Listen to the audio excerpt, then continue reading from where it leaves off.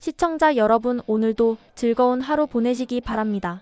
오늘의 사연 시작하겠습니다. 안녕하세요. 결혼한 지 이제 몇 달 안 된 새댁입니다. 처음에는 이런 사소해 보일 수도 있는 문제로 글을 쓰는 게 괜히 민망하게 느껴지기도 했지만 마음이 너무 답답하고 이게 정말 내가 너무 예민한 건지 결혼 생활이라는 게 원래 이런 건지 혼란스러워서 조심스레 이야기를 꺼내봅니다. 요즘은 결혼하거나 이사하면 집들이를 꼭 다들 하시나요? 제 주변을 보면 대부분 밖에서 간단하게 식사 대접을 하고 집에 와서는 커피나 다과 정도 내는 정도로 마무리하는 것 같더라고요. 특히 젊은 부부들은 예전처럼 온갖 음식을 다 차려서 손님을 접대하는 문화는 많이 사라졌다고 생각했어요.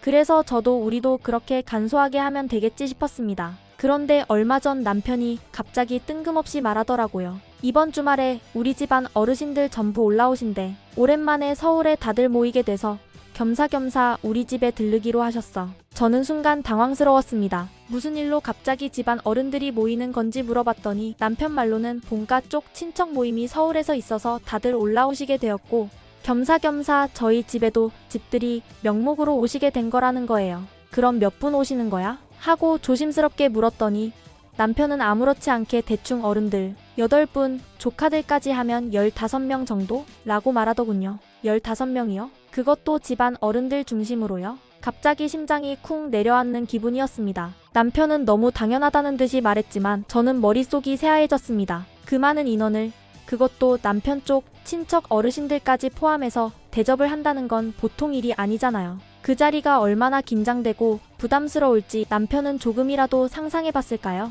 그래서 저는 솔직하게 말했습니다. 나 요리라고는 볶음밥이랑 라면밖에 제대로 해본 적이 없어. 15명 음식 준비는 아무리 생각해도 나한테는 너무 벅차. 사실 그건 단순히 요리 실력의 문제가 아니었어요. 신혼집에 아직 짐도 다 정리 못한 상태였고 그 많은 사람을 맞이할 준비도 안 되어 있었고 무엇보다 제가 결혼한 지 몇 달밖에 안 된 상황에서 시댁 어르신들 앞에 며느리라는 이름으로 서야 한다는 것이 너무나 막막하게 느껴졌거든요. 그런 제 말을 들은 남편은 처음에는 잠시 당황한 듯 하더니 이내 부드럽게 웃으며 말했습니다. 그래도 부모님이 며느리가 정성껏 차린 음식 드시고 싶어 하셔. 그냥 간단하게라도 한번 해보자. 부탁이야. 그 말에 저는 더 말문이 막혔습니다. 정성이라는 단어가 참 애매하잖아요. 결국엔 며느리인 제가 혼자 다 준비하라는 의미로 들렸습니다. 그래서 저는 담담하게 말했죠. 그러면 당신도 같이 해줘. 나 혼자서는 절대 못해. 양도 많고 익숙하지도 않고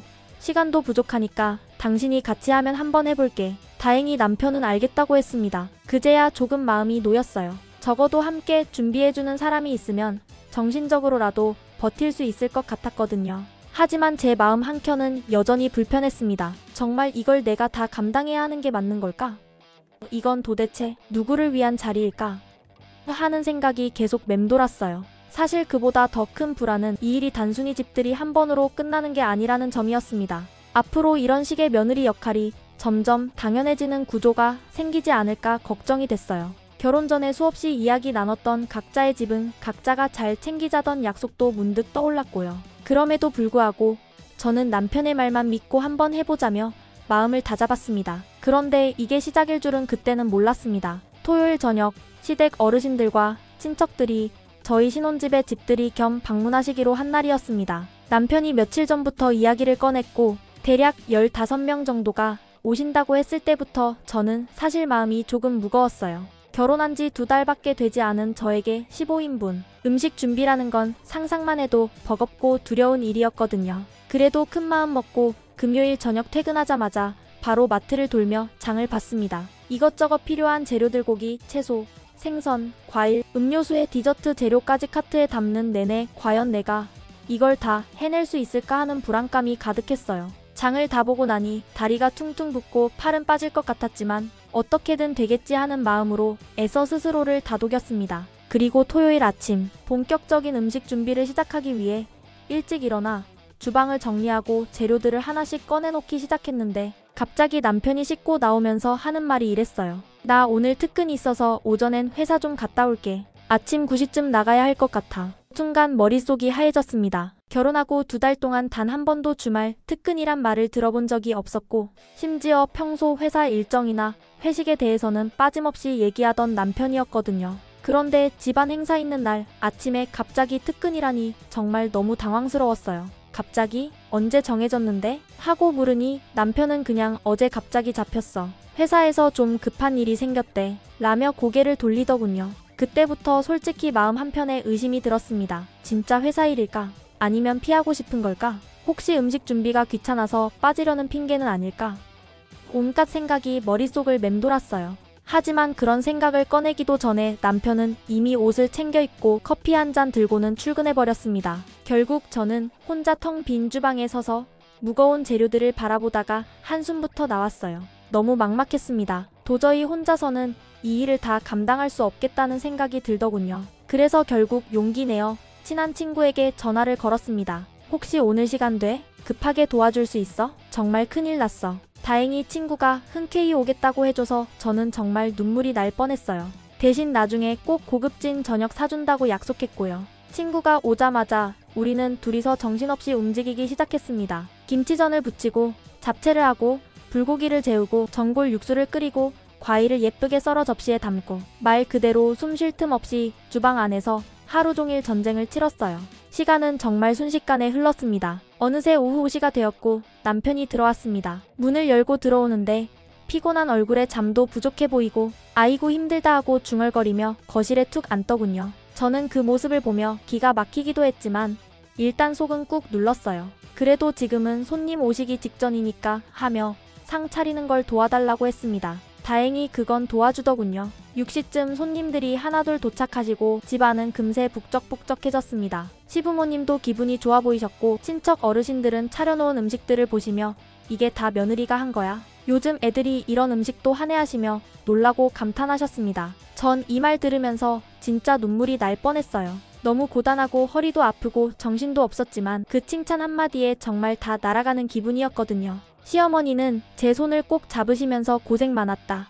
맛이 정말 좋다라고 해주셨고요. 그 말에 친구에게도 정말 고맙고 미안한 마음이 들었습니다. 그렇게 손님들이 떠나고 집안은 조용해졌습니다. 저는 아무 생각 없이 다시 부엌으로 가서 설거지를 하려고 했죠. 근데 남편이 갑자기 나 잠깐 화장실 좀 하더니 그 뒤로 30분 넘게 나오지 않더군요. 말 그대로 잠수. 그 사이 저는 부엌에서 설거지 산을 마주하며 그냥 입 꾹 다물고 그릇들을 하나하나 닦기 시작했습니다. 원래 바로 치우지 않으면 속이 답답해지는 성격이라 그냥 저 혼자 다 해버렸어요. 근데 그날 밤 진짜 몸이 녹아내리는 것처럼 쓰러졌습니다. 허리며 다리며 쑤시는 데가 한두 군데가 아니고 몸살처럼 열이 오르는 기분까지 들더군요. 혼자 조용히 침대에 누워 천장을 보는데 문득 이런 생각이 들었습니다. 이게 결혼이라는 거구나. 남편도 음식도 손님도 내가 다 감당해야 하는 거구나. 그리고 그걸 당연하게 여기는구나. 몸보다 더 아픈 건 마음이었어요. 시댁 친척들 모임으로 시작된 첫 집들이가 끝나고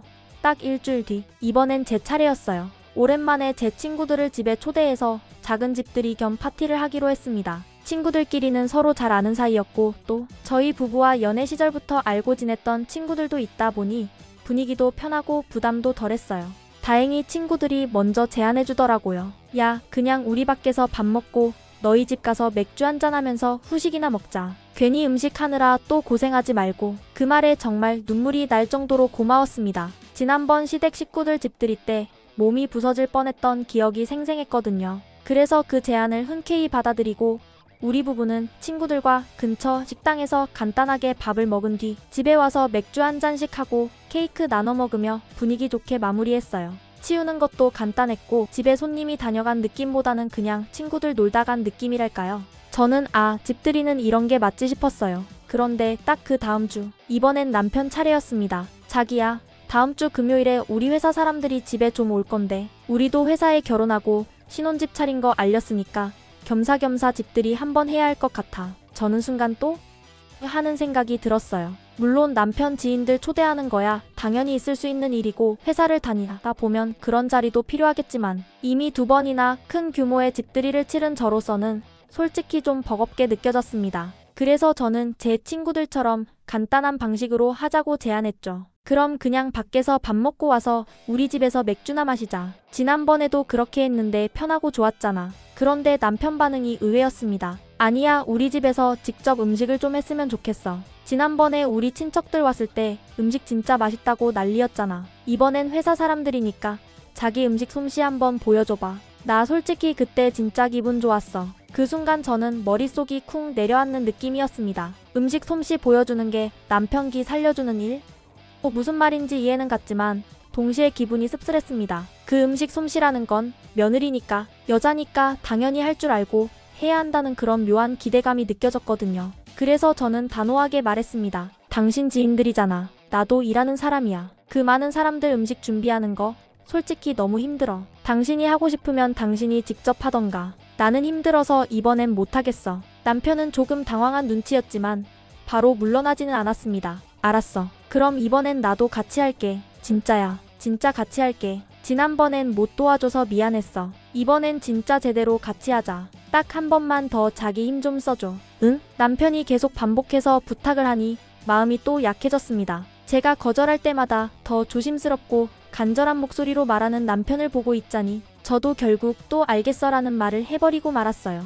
남편은 회사 사람들이 금요일 저녁 7시쯤 도착할 거야 라고 말해줬고, 저는 최대한 체력을 분산시키기 위해 목요일 저녁부터 재료를 손질하고 간단한 준비를 시작하기로 했습니다. 금요일에는 퇴근하고 바로 돌아와 본격적으로 요리를 하자는 계획이었죠. 지난번처럼 하루 종일 몰아서 하다가는 진짜 쓰러질지도 모르겠다는 생각이 들었거든요. 속으로는 이번엔 진짜 남편이 약속 지켜야 한다. 또 나 혼자 고생하게 되면 그땐 진짜 가만 안 있을 거야 하며 스스로 경고를 하기도 했습니다. 하지만 솔직히 걱정이 앞섰습니다. 그날이 다가올수록 진짜 같이 해주려나?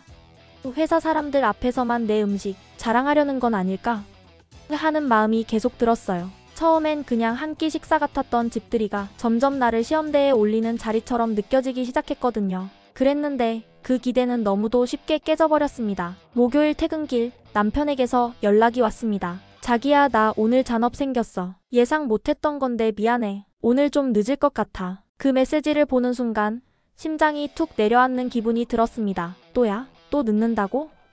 이미 저녁장도 다 보고 재료 손질도 하려고 준비해둔 상태였는데 남편이 늦게 온다는 말에 하루치 계획이 완전히 무너져버리는 기분이었어요. 정말 너무 지치고 화가 났습니다. 더 이상 참을 수가 없더군요. 그래서 냉장고 문을 닫고 도마에 놓인 채소를 밀어넣고는 그냥 소파에 털썩 주저앉았습니다. 그리고 남편에게 메시지를 보냈죠. 이제 진짜 못하겠다. 집들이고 뭐고 그냥 때려치우자. 음식 안 해. 그동안 쌓인 감정이 그 짧은 한 줄에 다 담겼습니다. 남편이 약속을 지키지 않는다는 배신감, 늘 한 번만 더, 이번만 하면서 넘겨왔던 제 어리석음, 그리고 늘 저 혼자 감당해야 했던 부담과 체력적인 소진까지 모든 감정이 터진 순간이었어요. 잠시 뒤 남편이 다급하게 전화를 걸어왔습니다. 전화 너머에서 그의 목소리는 평소보다 훨씬 낮고 조심스러웠습니다. 자기야, 진짜 미안해. 나도 이렇게 될 줄 몰랐어. 정말 급하게 잡힌 회의였어. 부탁이야, 우리 이번엔 잘해보자. 내가 진짜 다 할게. 다음 주부터는 진짜 내 말대로 다 맞출게. 그 간절한 목소리에 저는 또 흔들렸습니다. 사실 마음 한켠에서는 알고 있었어요. 남편이 그리 나쁜 사람은 아니라는 걸. 그냥 아내가 다 해주겠지 하는 안일한 기대와 자기도 모르게 점점 늘려온 부탁이 결국 저를 너무 지치게 만들었다는 걸요. 그래서 그날도 결국 마음을 굽히고 냉장고 문을 다시 열었습니다. 그래, 잡채는 오늘 해두면 편하니까 하며 당면을 불리고 두부김치를 위한 김치를 볶고 갈비찜을 준비했습니다. 시간은 빠르게 흘러갔고 새벽 가까이 되어서야 저는 냄비의 뚜껑을 닫고 거실에 앉을 수 있었습니다. 금요일에는 전 부치기와 계란말이를 했습니다. 그나마 지난번 시댁 식구들 집들이 때 해봤던 기억이 있어서 손이 조금은 빨라졌고 이틀에 나눠서 하니 겨우 시간을 맞출 수 있었어요. 회사 사람들도 제 시간에 도착했고 남편은 정말 이번엔 많이 도와주더라고요. 상도 함께 차리고 손님들 있을 때도 이것저것 챙기며 적극적인 모습을 보였어요. 식사 후에는 남편이 집안일 다 하겠다고 애교까지 부리며 사과를 하길래 그래, 이번엔 잘 넘어갔다 싶었고 덕분에 저는 그날은 마음을 가라앉히며 좋게 마무리할 수 있었습니다. 그런데 문제는 바로 다음 주였습니다. 또 어느 날 저녁 남편이 태연하게 말했습니다. 자기야, 이번 주 금요일에 내 친구들 집에 초대했어. 대학 동기들인데 나 결혼한 후 아직 한 번도 못 초대했잖아. 집도 보여주고 싶고 자기 음식 진짜 맛있으니까 그날도 한번 보여주자. 듣는 순간 숨이 턱 막혔습니다. 이게 지금 무슨 말이지? 지난번에 그렇게 힘들다고 했는데 또 집들이? 저는 단칼에 거절했습니다. 안 해. 진짜 이제 못해. 너무 지쳤어. 그러자 남편은 또 기 좀 살려달라고 말하기 시작했습니다. 마치 루틴처럼 반복되는 레퍼토리였습니다. 이번이 진짜 마지막이야. 도와줄게. 친구들 가고 나면 내가 다 치울게. 상도 내가 다 걷고 설거지도 내가 다 할게. 응? 진짜 이번만. 그리고 저는 또다시 목요일과 금요일에 나눠서 음식하기로 했습니다. 하지만 이번엔 마음 깊은 곳에서부터 묘한 반감이 올라오기 시작했어요. 그냥 체력이 딸려서가 아니라 반복되는 약속 파기, 책임 회피, 그리고 당연히 아내가 할 거라 믿는 그 태도가 너무 지긋지긋해졌던 겁니다. 그리고 그 예감은 딱 들어맞았습니다. 목요일 오후 남편에게서 연락이 왔습니다. 오늘 급회의 생겼어. 진짜 어쩔 수 없는 상황이야. 회의 끝나고 바로 갈게. 저는 더 이상 참을 수 없었습니다. 장도 안 보고 준비도 하나도 안 한 상태였고 마음도 이미 돌아선 상태였어요. 저녁 늦게 퇴근해서 들어온 남편에게 저는 단호하게 말했습니다. 음식 안 해. 그냥 안 해. 당신도 그렇게 하려면 다시는 손님 부르지 마. 남편은 미안하다고, 진짜 이번엔 회사 일 때문이었다고 사정사정했습니다. 심지어 감정이 격해져서 목소리까지 떨리더군요. 생쇼를 한다는 생각까지 들었어요. 하지만 제 표정은 굳어 있었습니다. 결국 남편은 이렇게 말했습니다. 내일 3시쯤 조퇴할게. 정말이야. 도와줄게. 자기 혼자 절대 안 하게 할게. 부탁이야. 진짜 이번이 마지막이야. 하지만 그때 저는 아주 냉정하게 처음으로 경고하듯 말했습니다. 이번엔 정말이야. 당신이 같이 하지 않으면 나는 다시는 집에서 손님 안 받아. 나도 일하는 사람이고 내가 왜 매번 이 짓을 혼자서 해야 돼? 당신 사람들인데 왜 내가 요리하고 상 차리고 치우기까지 해야 되냐고. 같이 하지 않으면 그냥 하지 마. 나 이젠 진심으로 질렸어. 제 목소리는 떨리지 않았고 표정도 차가웠습니다. 사실 너무 지친 나머지 화낼 힘조차 없었어요. 그 말 한마디에 남편도 말문이 막힌 듯 조용히 고개를 끄덕이더군요. 아무리 신혼이고 아무리 좋은 아내가 되고 싶어도 이런 식의 반복은 분명히 뭔가 잘못되었다는 걸 저도 이제는 확실히 알게 됐습니다. 금요일 당일 남편은 분명히 그랬습니다. 오후 3시에 조퇴해서 먼저 집에 가 있겠다고. 이번엔 정말 진심이고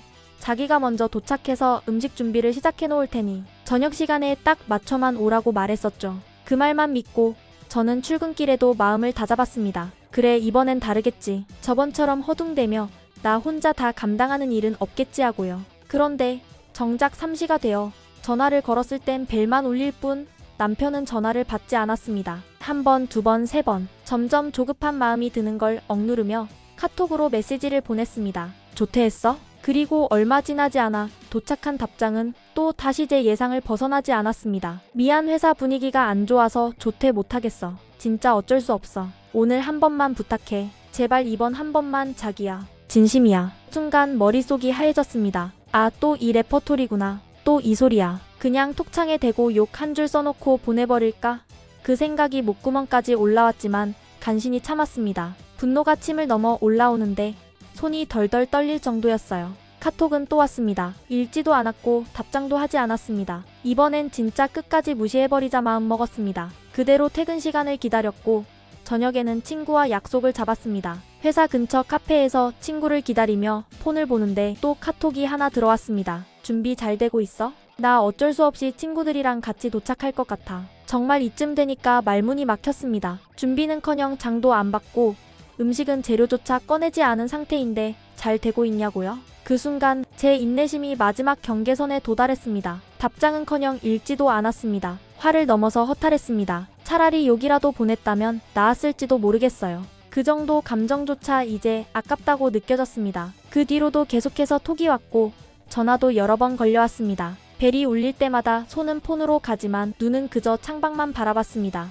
친구와 만나 커피를 마시고 저녁엔 가볍게 술 한잔까지 하며 마음을 달랬습니다. 오늘은 그냥 나를 위해 살자. 나도 사람이고 감정 있는 인간이다. 밤 9시쯤 집에 들어갔습니다. 현관문을 열자마자 마주한 건 날이 잔뜩 선 남편의 표정이었습니다. 얼굴이 벌겋게 상기돼 있었고 눈빛은 흥분으로 번들거렸습니다. 도대체 지금 몇 시야? 너 지금 장난하는 거야? 어떻게 나를 이렇게 망신 줄 수 있어? 저는 아무 말 없이 가방만 벗었습니다. 남편은 소리치기 시작했습니다. 내 친구들 다 왔다가 그냥 갔어. 다들 너 한 번 보러 온 거였는데 이게 뭐야? 내가 얼마나 쪽팔렸는지 알아? 내가 그렇게까지 남편 기 살려주는 게 힘드냐? 이 정도도 못해줘? 정말 그 순간 머릿속이 쨍하고 울렸습니다. 그동안의 인내, 참고 또 참았던 분노, 지난 몇 주 동안 반복된 약속 파기 그 모든 게 저를 머리끝까지 끌어올렸지만 저는 터뜨리지 않았습니다. 오히려 차가운 눈으로 가만히 그를 쳐다봤습니다. 이 사람이 지금 무슨 말을 하고 있는 거지? 자기 체면이 그렇게 중요하면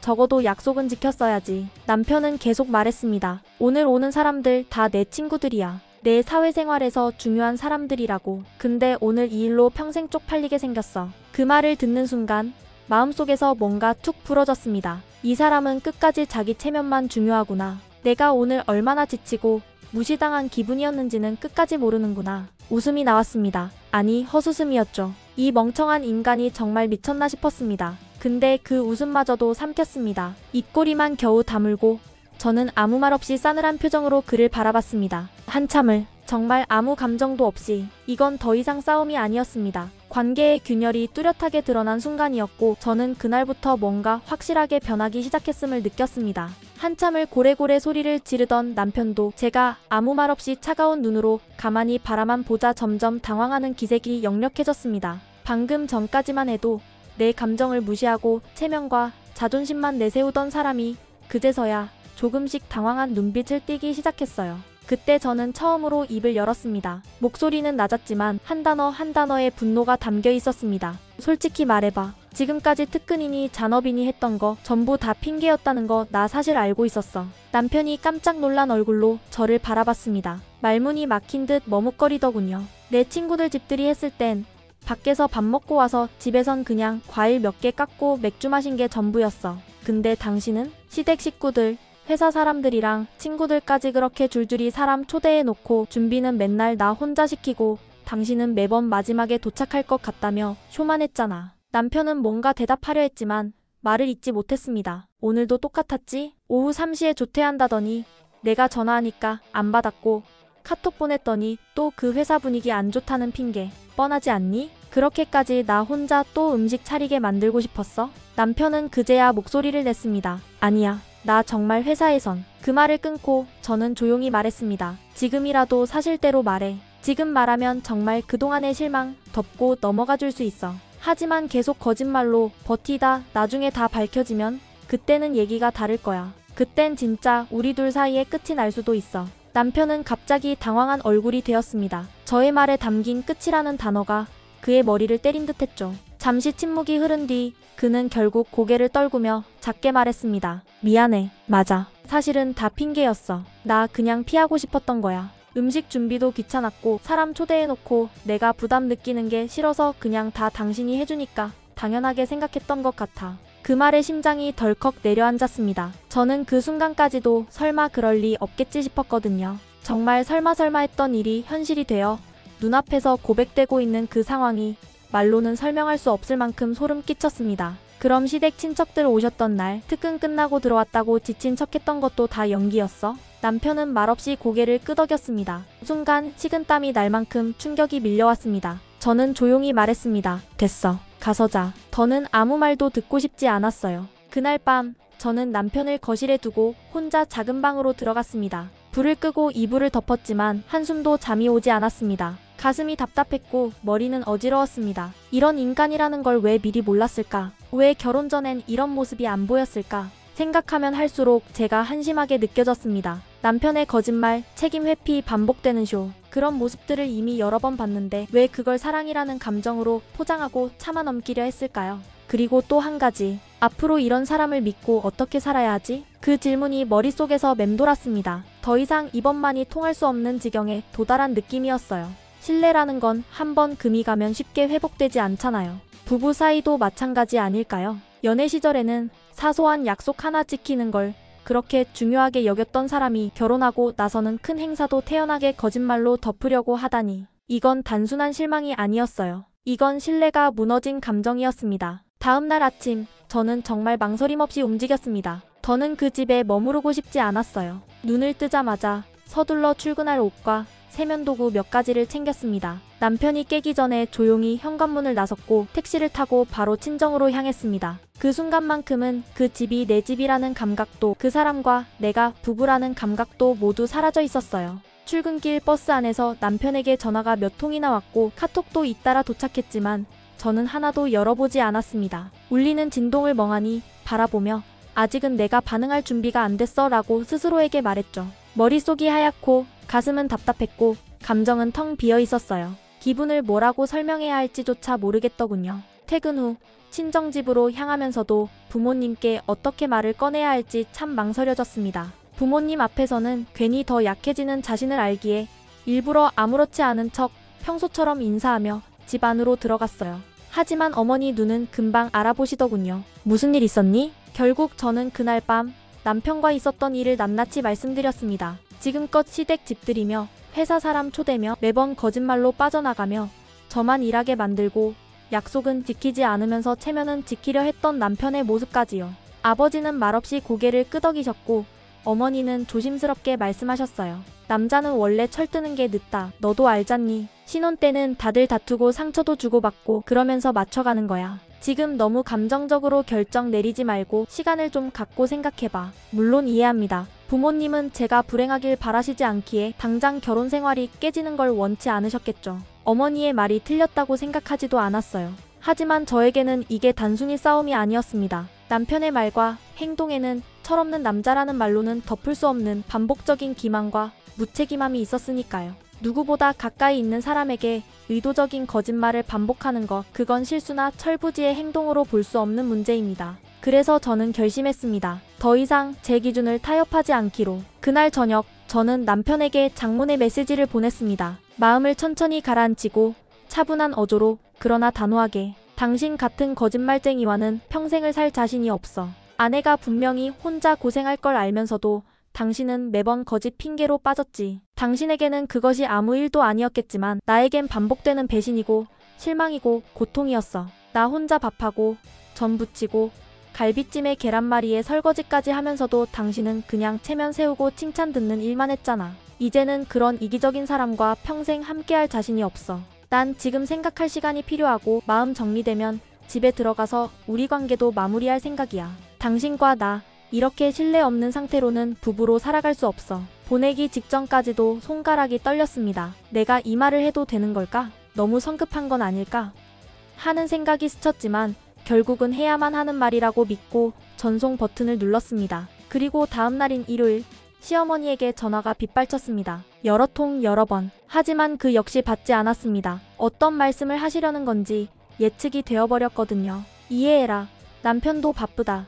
시댁은 그런 거다. 늘 그래왔던 말들이 반복될 것 같았습니다. 저는 지금 그런 조언이나 충고를 듣고 싶지 않았습니다. 저는 내 편이 필요했거든요. 그리고 오늘 월요일 저녁 퇴근 후 친정집 방 안에서 이 글을 쓰고 있습니다. 정말 많은 생각이 들었고 지금도 여전히 마음이 복잡하지만 저는 이혼하고 싶습니다. 혼인신고도 하지 않은 상태니까 법적으로는 정리만 하면 되겠죠. 그런데도 머릿속에 떠나지 않는 질문이 있습니다. 내가 너무 예민했던 걸까? 정말 이런 일로 결혼을 그만두는 게 맞는 걸까? 그래서 용기를 내어 이렇게 글을 올려봅니다. 여러분들이라면 어떻게 하셨을까요? 제가 너무 가볍게 이혼을 말하는 것일까요? 아니면 제 감정과 판단이 충분히 정당한 걸까요? 진심으로 많은 분들의 의견이 궁금합니다. 이 글을 끝까지 읽어주셔서 감사합니다. 저의 마음에 그리고 제 결혼에 따뜻한 조언을 부탁드립니다.